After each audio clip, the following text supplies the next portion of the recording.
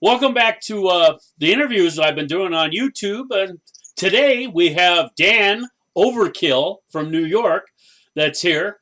Welcome, Dan. I'm glad to have you on today. Oh, thanks, Keeper. I appreciate it. It's always good to chat with you, man. We're trying a little different format. This is actually Facebook chat. And as you can see on the screen, Dan is nice and big, but I'm this little block in the corner now. On his screen, I'm nice and big, and he's the little block in the corner. So we're going to try this just to see how it works out, see if it's any better than the last couple things. This is a work in progress, brand new software, the whole 9 yards. So we're going to jump right in, Dan, and get with the first question. How did you get started in airsoft? Oh, boy. So, as a younger guy, under 18, I always used to play around with springers and kind of moved up to LPEGs, playing around in my friend's backyard and stuff like that. Um, then when I transitioned into the costuming scene, I met a friend named Tom who played airsoft like big. And I went and bought my first like good gun. It was a GGG36K. Wow. Thing still works. And he took me my first actual official game. It was up at Cookies. Yeah. I saw And that's kind of how I earned the call sign because I didn't know what I was doing. So I was an excited little kid. You know how I am. Yeah. So I just bought everything. I walked onto that field for a 4-hour game with the G36 with with the C-Mag. I had 6 high caps. I had a Beretta M9 with like 3 spare mags, and I had a shotgun on my back with like 5 extra shells on me. Yeah.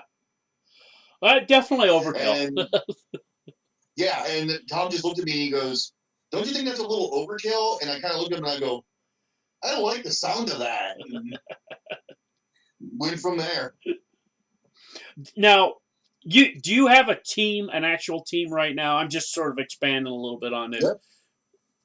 Nope. I just play whenever I can, and I can. I've made friends with so many other teams, like you, and with like the Patriots and things like that. But no, I only ever did one official team back when I first started. We called it Grim Destiny, but it kind of fell through because people didn't want to put in the work to it. So I just figured it was easier to make friends and just hook up with their teams. Well, I'll tell you what. Now, you mentioned the G36. What is your primary replica that you're using right now, loadout, gear, the whole 9 yards?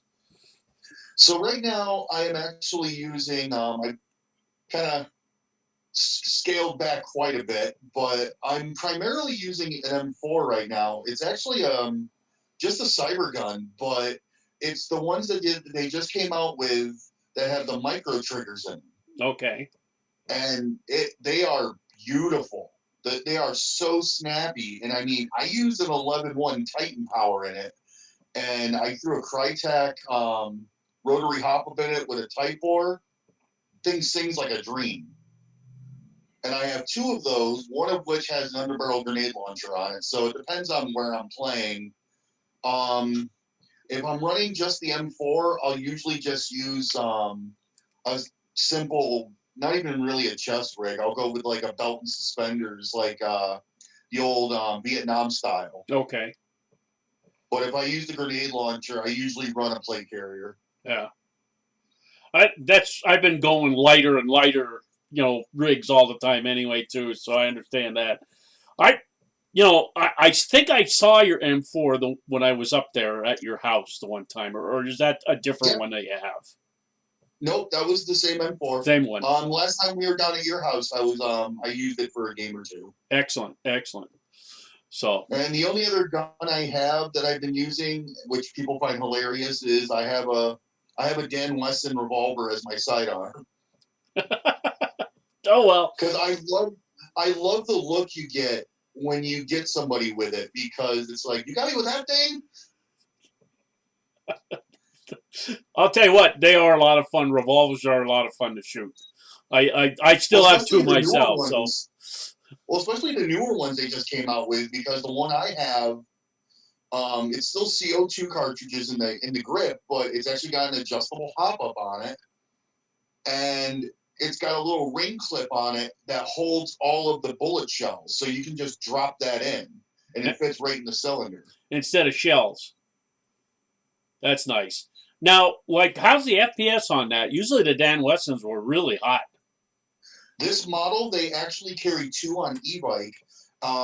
One's a high power, one's a low power. Mine's the low power version. It's 350 with twos. Wow. So it is CQB ready right out of the box. Mm-hmm. That's awesome. Yep. I like that. Because that was the biggest thing with, like, the original M1712 and the Dan Wesson. Yep. They were 400 or 500 FPS, and you had to put the low power shells in them and hope you didn't mix the shells up, because then you'd be shooting somebody at like 450 or something like that. So that was nasty. Well, when I repped at R&M up here in New York, when I still worked at the store and stuff, the owner found a way in where the cartridge goes. He drilled away a hole in the plastic where the CO2 would flow, and he put in a screw tab. So the more you turn that screw to fill in that space, it actually lowered the FPS because there was less CO2 going through the gun. Oh, okay. I know you were talking to me about that, about doing it to mine. Yep. Never got around to it. So is that if you almost take the screw all the way out, it raises it. So we were able to get it up to I think 750 at one point. Ooh. Nasty. But whenever we did that mod for people, we always Loctited the screws. So it was just like, nope, you're not changing this. Yeah. Well, I'll tell you what, it's a lot of fun to shoot the revolvers too. So, well, that'll actually get us in. Well, you sort of touched on it, but I'm going to jump into this one too. Why and how did you get into the role you play in Airsoft now? Like Draco said, he was started out as a support gunner. Now he's just uses a shotgun mostly. And you started out with a G36, you said, but you're not a run up and run at people type person. You're like me. I'm fat, so I do not. If I run, it's a short distance clip, and then I'm done. So, yeah. I wouldn't say I have a traditional role like a squad assault or sniper or anything like that. I like just being in what I call a support role, where if there's people on my team that can run faster than me, they can run and gun, I want to take the heat for them. Yeah. To get them further forward. Or like when I played with you and Kevin, you guys have more accuracy than I do. So I want to keep the heat on me so you guys can pull those shots. Yeah. I'm less concerned with getting kills than I am my team winning. Right. I'd rather everybody else is having fun. That's the name of the game. That's what kind of endeared me to everybody. I always said it's a game. You got to have fun. If you're not having fun, maybe you shouldn't be playing it. So, it's kind of like the last time we were up at your field. You had I forget who was up in the tower that was shooting down at us. Was that Draco that we had trapped up there? No, it was somebody else. Oh, okay. I can't remember who it was, but he was. And I just, you were like, okay, I got to get a beat on him, but I don't know how I can from this position. I'm like, okay, watch this. And I just kept waving my arm out going, and finally you were able to snag him, but it was just like, I love doing silly stuff like that all the time because, again, it reinforces that this is a game, it's for fun. Right. I like that. Now, this has been an interesting question when I ask certain people what they have. What camo types do you have currently? Like, some people have like a whole pile. Some people only have one. So.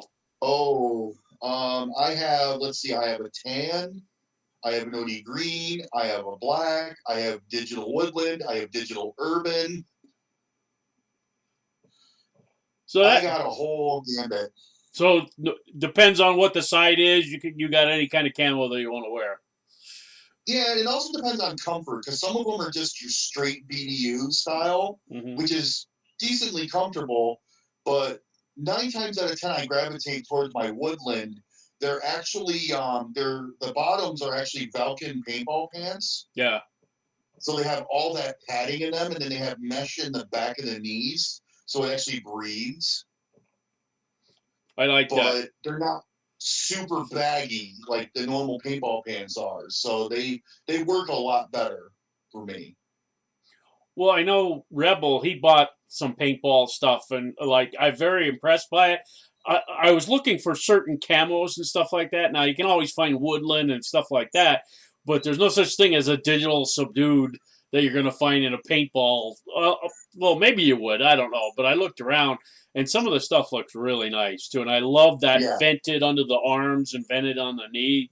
That's really nice, especially during the summer. And Yeah.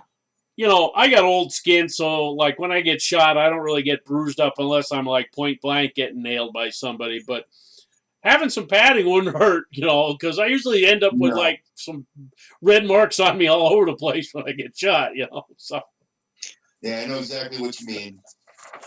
all right, here's a good one. What do you think about playing this time of the year in the snow?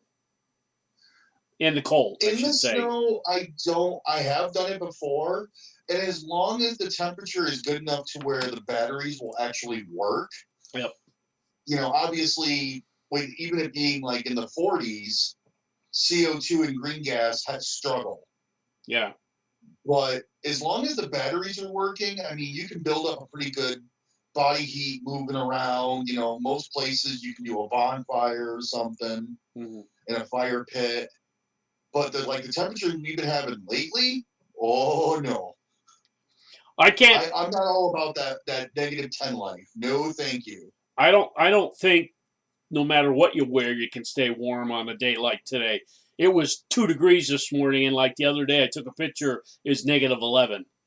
Yeah, I saw that. There's no way you're going to stay warm on a Yeah, temperature like what that. was it? Monday morning, I woke up to get ready for work, and I'm like, oh, I wonder what the temperature is. It's kind of cold in the house. I turn on my phone, and I'm like, okay, without wind chill, it's -9. What in the hell? That's a little too cold for me.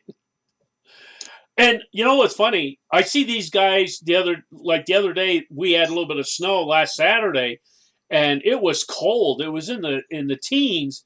And I look at this one local field. There's like 30 people out there playing in the cold, snow, wind blowing, and I'm like, God bless you. I'm like, I don't think I want to go out there and do that shit. That's a little cold for me. But there again, I think that's the effect of COVID, to be completely honest. Yeah. Because 9 times out of 10, most fields wouldn't even try to host open plays this time of year. No.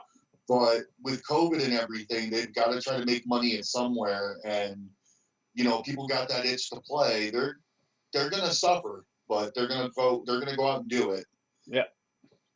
Well, I'll tell you what.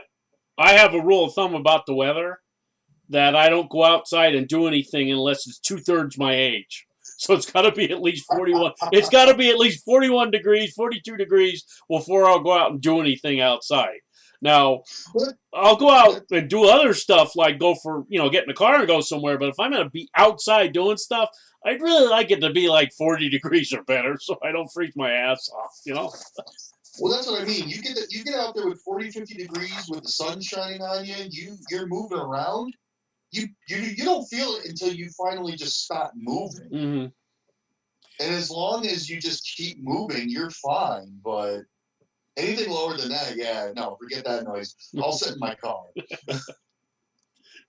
Well, here's another good one I think you'll like. Now, favorite field and why? This can be past or present fields too. It doesn't. Oh. It's not limited to just what's available now. It could be something there somewhere you played at before. Because Draco's telling me about a field we played at 10 years ago that's no longer available. So, like, what's your favorite field and why? So I would have to. I'm a little torn on this one, but I would definitely have to say it's a toss up between EMR and Plains, the old indoor arena. Yeah. I've played in a couple different indoor arenas now. I played down at Phoenix Action Sports. I went out to Rochester, and they just didn't have the feel that Plains did. Like, you guys did some amazing things in there, and it never felt like at Phoenix. It just felt claustrophobic, Right. and especially with the almost 3/4 of the people there running Polar Stars, even without full auto. Trigger spamming was the deal of the day. So it's like you couldn't move anywhere.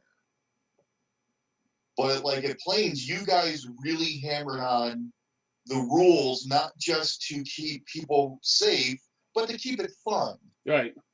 You yourself, you understand the idea that there has to be a limit, and a lot of people don't like that.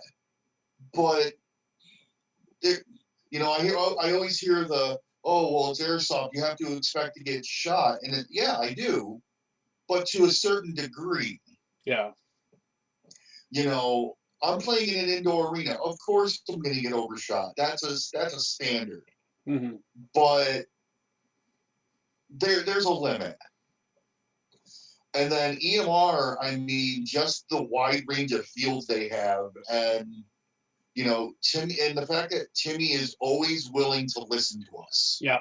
And then like when they first started doing airsoft, he came to people like you and me and was like, what should I do? And that makes the difference for a field if they're willing to talk to the players and make it fun. It's funny that you mentioned EMR, because I had a guy ask me about EMR. And he says, like, what's the FPS limit and rate of fire? And I said, well, it doesn't matter about the rate of fire. He said, well, oh, there's no rate of fire limit? I said, well, there's no full auto. What do you mean there's no full auto? He said, open plays always have full auto. I said, not his.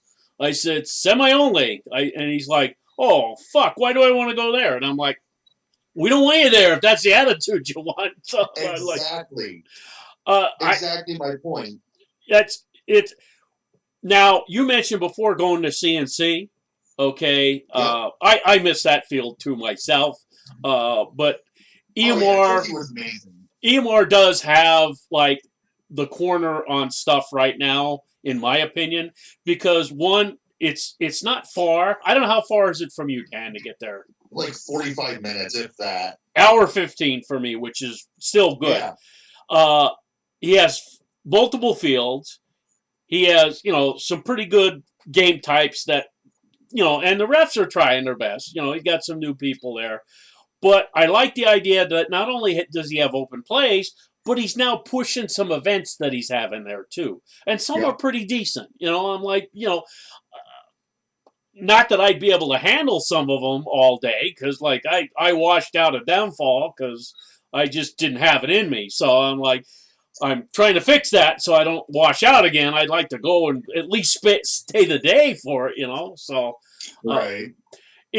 I like the idea that he is open to stuff. Now, I wish the other paintball fields in the area had a little bit more.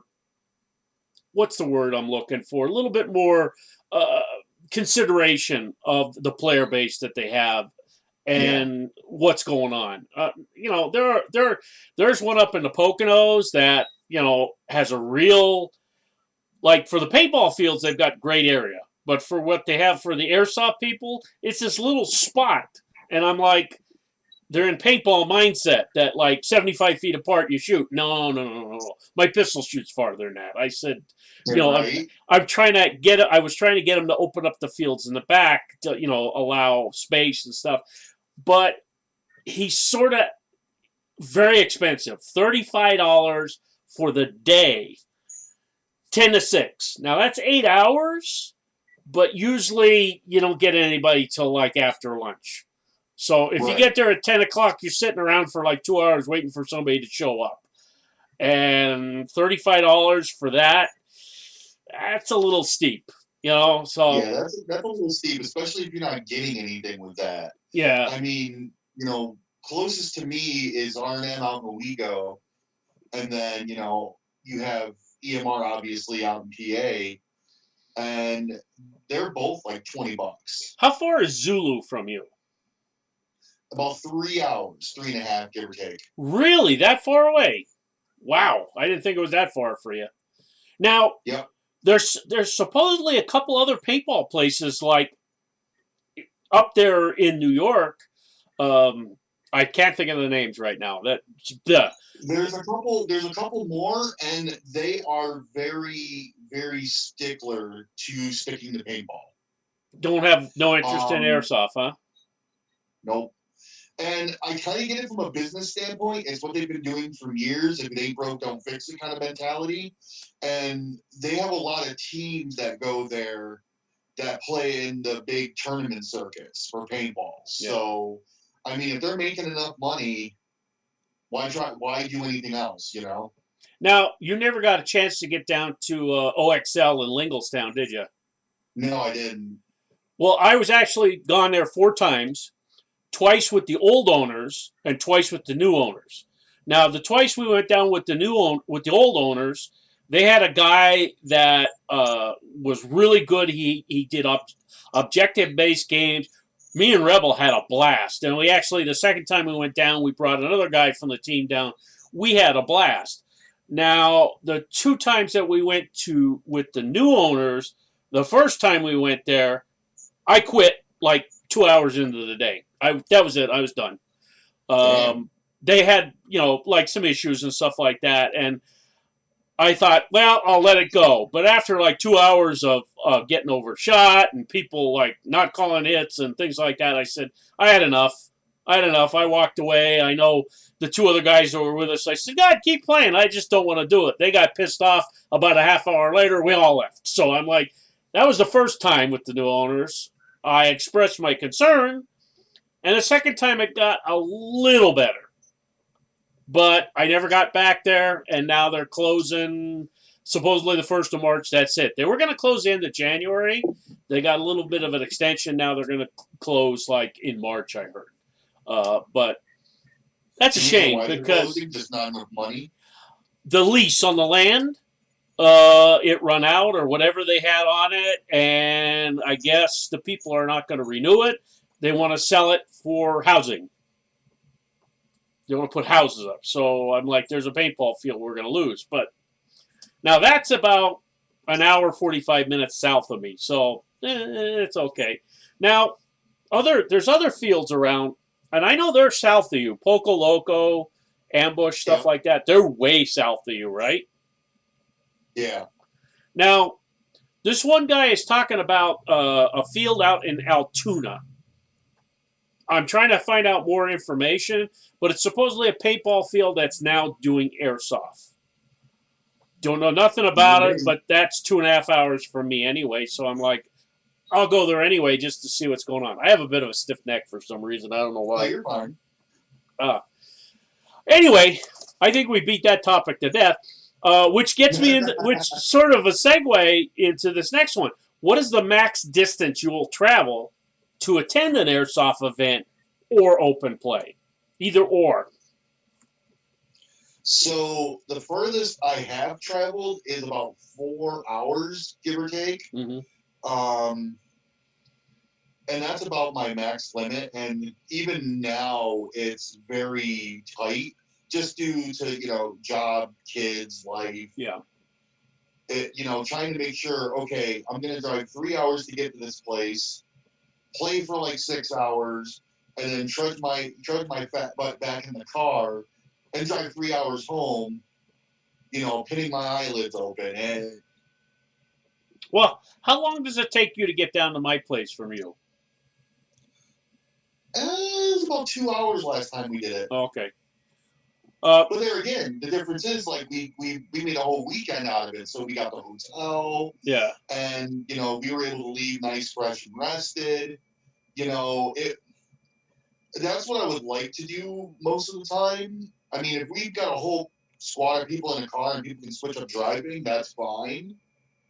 But especially with COVID right now, packing a vehicle full of people is not really an option. Well, that's what, I keep getting invites down to this field that opened up Warzone down in southern New Jersey. That's like, Yeah, I go to Warzone. yeah, that's 2 hours 45 minutes from my house. So that'd be like 4.5 hours for you to go down there. Yeah. So that's a haul. Um, there's a guy in Ohio that keeps inviting me out to come out there, stay with him, and go to the airsoft field that's like 20 minutes from his house. I'm like, yeah, but that's like a 6 hour drive to his house to start with. So I'm like, it'd be like an overnight stay somewhere. But, that would be fun. I'd like to try something like that. I've gone to Ohio before to do an event, but I was actually sharing driving. So me driving by myself, 6 hours, that's really not that bad. I've done 11 hours going down to my sister, so that's really not a biggie either. So, but is there, like, usually, like, are you going north or are you going south when you're going to events mostly? Staying in New York or are you going out of state? I've been out of state most of the time just because New York really doesn't have that many, and the ones they do have, I just don't like them. Like, take Striker or Strike Force out in New Jersey and New York. It's like all the crud you hear and all the stuff you see on YouTube about that place. It's like, yeah, it looks nice, but I don't want any part of that. Yeah, I went to Striker 4 times in my lifetime, and the first time I went, I had fun until all the speed softers got there and just wrecked us. And the second time we went, I just got so overshot, and I was underprepared because I had my CM30 electric pistol, I had my Mac 10, which is shooting like 280 with 2 O's, and all the low power guns, and I'm thinking, oh, I don't want to hurt nobody. I'm shooting. I don't have the trigger response. I go to shoot this guy once or twice. He's already shot me 8 times. All right, so I'm like, okay, I'm like underprepared, and I think the last time, the 4th time we went there was right before COVID, and we went down there, and I played the first game, and I got so overshot, and I mean, welts on me, and I'm like, I never get welts on me from being shot, and these guys just going around the corner and starting to shoot before they go around the corner, and they're putting 8-9 shots in you as they're running by you. And I'm like, nah, I don't need this. I can go somewhere else and play rather than be here. But, maybe they have a better night than that night I was there. Field. The way they have it set up is fantastic, but like, I understand pre-firing. There's nothing wrong with that, but there is a thing to be said about trigger discipline. Right. Like, if you're a speed softer and you're a running gun kind of kid or adult, whichever, that's a viable play style. That's not for me, obviously. I don't have the money to make that kit happen. But if that's your play style, that's fine. I'm not going to hate on you for that. What I have a problem with is if you have no discipline to it. Like, if you're going to be running and like you said, pre-fire, 8 shots into somebody and you're still halfway down the field after you get by and you're like, what the heck just happened? Save that for the tournaments, please. Yeah. I noticed not everybody plays that way. I noticed this one YouTuber, and I actually called him out on it, and everybody jumped on me about it, so I didn't say no more. In the video, it shows him pre-firing and shooting this guy like 4 or 5 times. I think it was 5 times as he went by him. Then the next time around, another guy does that to him, and he starts hollering at the guy saying, hey, dude, you only got to put 1 BB in me. And I'm thinking, hey, pot calling the kettle black. You're getting shot more than once and you're getting upset over it? Come on. So, it happens. Okay, we're already talking about it, so we might as well just keep on the segue on that. What turns you off when you're playing at a field? I want to say cheating, but that's just such a wide and varied topic. There's so many different ways that cheating can be misconstrued. Like, I've had plenty of times where people were like, said to me that I'm not calling my heads, and it's like, I honestly didn't feel anything, or I thought it was a ricochet. And like you said, I try to be considerate of other players, but sometimes that's to my own detriment. Yeah. Because, and it makes me a little salty, I'll admit it, because, I'm coming in and it's like, okay, so my gun's not like, a 400 FPS monster, but it's still got some range to it and the rate of fire is okay. I have fun with it. But it seems that, like, you have this two separated group where you have people like us who just want to go and have fun with what we have and we make it work. And then there's the other people where if you're not winning, it's not fun. Right. And I understand that winning is a good component, but especially if you're going to an open play, you got to realize there might be people that never played before too. Mentality. Yeah. That's one of the things, like, again, going back to the field with Emor, he really tries to tamper down on that during the open plays because there's a lot of kids. Right. And they're just, if you come in and you just slaughter them all, they're never going to want to come back. They're not going to buy anything else. And they're going to take their money elsewhere. And all you're doing, because most people would say, oh, well, good riddance. But if that keeps happening, the field closes. You now have nowhere else to play. And that person who might have been a good airsoft player, like a consistent player that would buy more like ammo, BBs, a different gun, a rig, everything like that, now he's not going to buy that stuff and he's going to say, oh, I ain't going to play airsoft. This is horrible. Why do I want to do this? They have a bad experience the first time they're out there. Makes a difference. Especially when I used to rep at R&M, it was one of the things I would do is, me and my buddy Sean, who also helped rep the field, we went out and he had a Mark 43 LMG that was HPA'd. That thing was disgusting. And the minute we got there, we saw that like 3/4 of the people there were all newbies. Like every single rental that was in the trailer was already handed out. And we had like 20 rental rifles at that time. So that's huge. And I kind of looked at him and I'm like, dude, just leave it in the car. Well, why not? I'm like, think of the customer base. If this was all the norm, people, bring it out. Let's go wreck some face. But they're kids, man.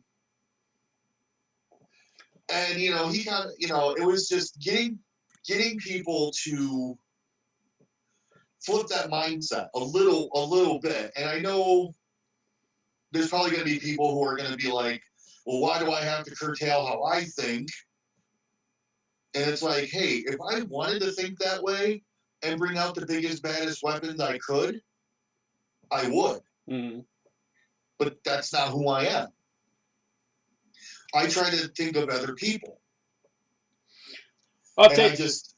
And Tim really pushes that point home about the new players. I really like that about him. Which makes it weird that he hasn't started offering rentals yet. And I'm not sure why. I think he was looking at Valken. He didn't like what Valken was giving him. Now he's looking at Tipman for rentals. Because Tipman has a new rental package. It's their gun. They have the gun, and it's an HPA rental setup with the HPA with the small, what is the 13 cubic inch tank on the replica. Okay. So it's all encapsulated, and it comes with a high cap. And I'm like, that's a perfect rental for him. It's almost like a paintball gun, and all he has to do is keep BBs there, fill the mags up, or offer 2 mags or whatever it is. He could sell a bottle of BBs to this guy for the rental, and the kid can keep the BBs or whatever he wants to do. And I'm like, that would be a fantastic rental for him. Well, not only that, but if it's like the basic Tipman HPA, which it sounds like it would be, it's got the same internals as the Tipman 98 Custom. Yep. So all of his techs, including himself, know how to work that. And that little 13 cubic tank has the little stock slide on the back. I'm like, they ought to be able to get the whole day or most of the day, unless they're just. And because we're semi-only, that tank might last most of the day. That might make the difference on it. Now I know the Valken one offers the rental too with the tank and the whole 9 yards, but I don't know what the deal is with him and Valken, but I know he was talking about Tipman and he was looking into it, and I don't know if that's something he's doing this year, but he is saying that that is what he wants to do with Tipman. And I'm like, hey, go for it. It wouldn't surprise me if he did it this year, because I know he kept wanting to push a couple of his own events this year too. Yeah. And I think that might make the difference too on his open plays, because he does get people ask about rentals, which might be a turnoff for somebody when they say, hey, we want to come out, but how much are your rentals? And, oh, I don't have rentals. Oh, well, we go to this place, they've got rentals. Even if they only got like 5 or 10 of them, they've got something I can rent. And I'm like, that would really make the difference. He might get a couple people. Now, he's had people that actually bought replicas there and were using them that day. That was pretty cool. I really like that. I helped one kid set the hop up on his gun because he was shooting into the ground like 20 feet away, and he's shooting like this trying to get people up in the air. I helped him adjust the hop up. He only had 2 OBs in there, so it was like a crapshoot whether he was going to hit somebody at distance anyway. But I at least got the BBs a little bit straighter trajectory for him. I think that's going to be a big thing if, like, he gets rentals there. But that's the other thing right there, like you just said. You went and helped that kid when you didn't have to. Mm-hmm. You could have looked at that and been like, oh man, I'm gonna zero in on this kid on the field, knowing he can't hit the broadside of a barn, and I'm gonna wreck him. But instead, even if he was on the other team, you made sure he was gonna have fun.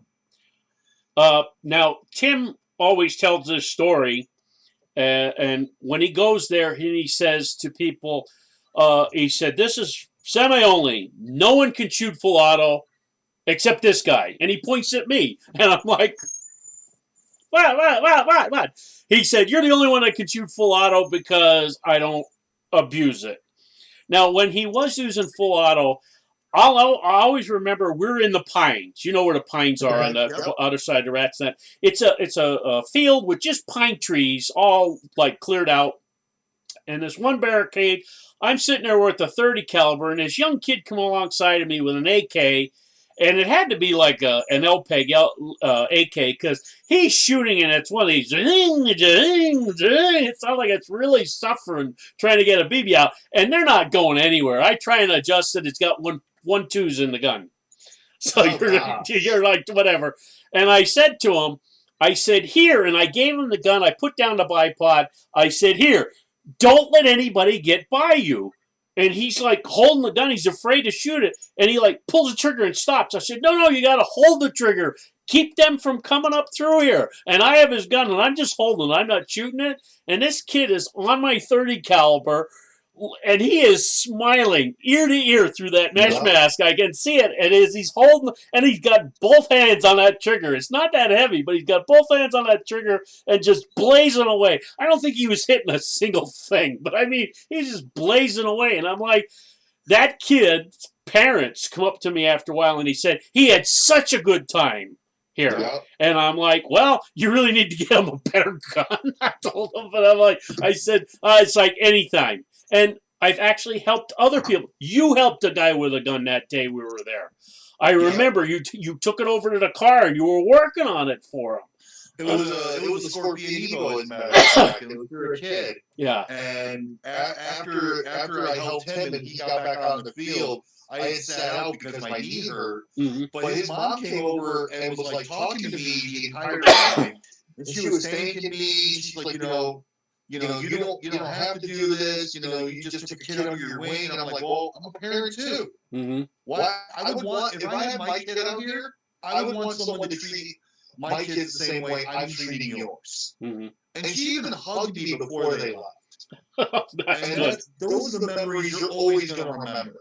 But that's also one of the reasons why Timmy's usual story on me is calling me the parking lot diva. Because at that time he was trying to get everybody together for the for the briefing before the open play started, me and James are sitting on the tail end of his truck, and the entire, remember the entire, you guys were all around the truck talking with us. And he's just like, hello, over here.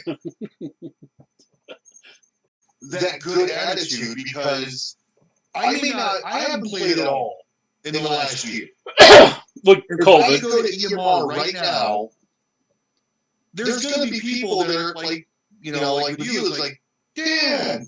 They're going to remember me, not because I'm a douche. Yeah. But because I like to have fun and I'm willing to help. Now, we had a little bit of a power blip here. Just want to get back to talking with Dan. Might as well start on the next question, which is the funniest story you've had while playing Airsoft, or stories. I'm going to say, there is more than one. My most memorable would be the first time I ever went down to Zulu. They were doing the charity event there, Tommy Gun. And I was actually playing a Juggernaut. And this was also a time where they had rented a helicopter, and it was, you could fly in it and do indiscriminate fire down on the field. And the only things that could take me out were a grenade launcher. Mm. I came off the field for a water break, and I took off my whole head setup. I had what looked like a mutated bee sting right here on my neck. The thing was the size of a quarter.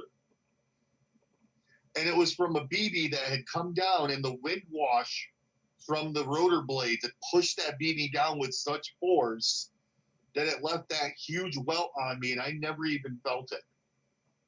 Wow. And everybody's like, oh my God. And I'm like, what? Doesn't even hurt. I like that. I think one of my funniest was, again, I'm a big guy. Most people don't exactly expect me to be quick or sneaky, but over at R&M, I went through this brush area on the left-hand side, went around the small castle that's there.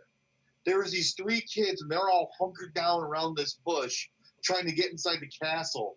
And I just pop up, and I'm just like, you guys really want me to pull this trigger? And they're like, oh, the hell, we didn't even hear you. And it's like, I could be sneaky.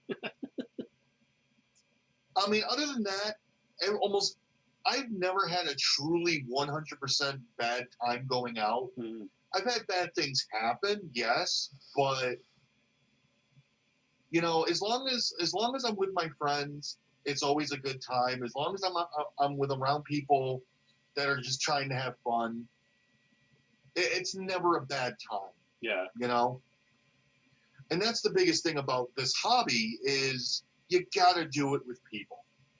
And you got to do it with like-minded people. It's like, for example, when you first introduced me to Kevin at EMR, he had already knew who I was. He was like, oh yeah, you were the guy over there, being like, come on, hit me, do something. To try to draw my fire. And I'm like, yeah, that was me.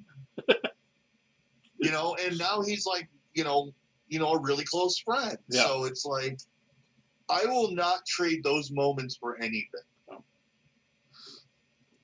I'll tell you what, there's a lot of good times that we've had at EMR together, or down at my field too.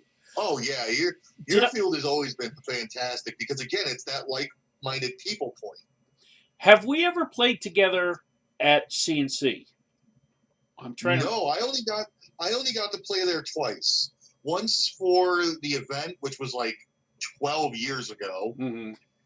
and then I went back for an open play. Yeah. But that was about it. Now, I know we played together at R&M, and I haven't been to Zulu for ever. But we've played at R&M and EMR, so, and then your field, and then I want to say, did you go to PSI when they were doing Bad Blood there? No, I don't think I did. Okay. You wouldn't have liked it. It was nothing but hills. Yeah.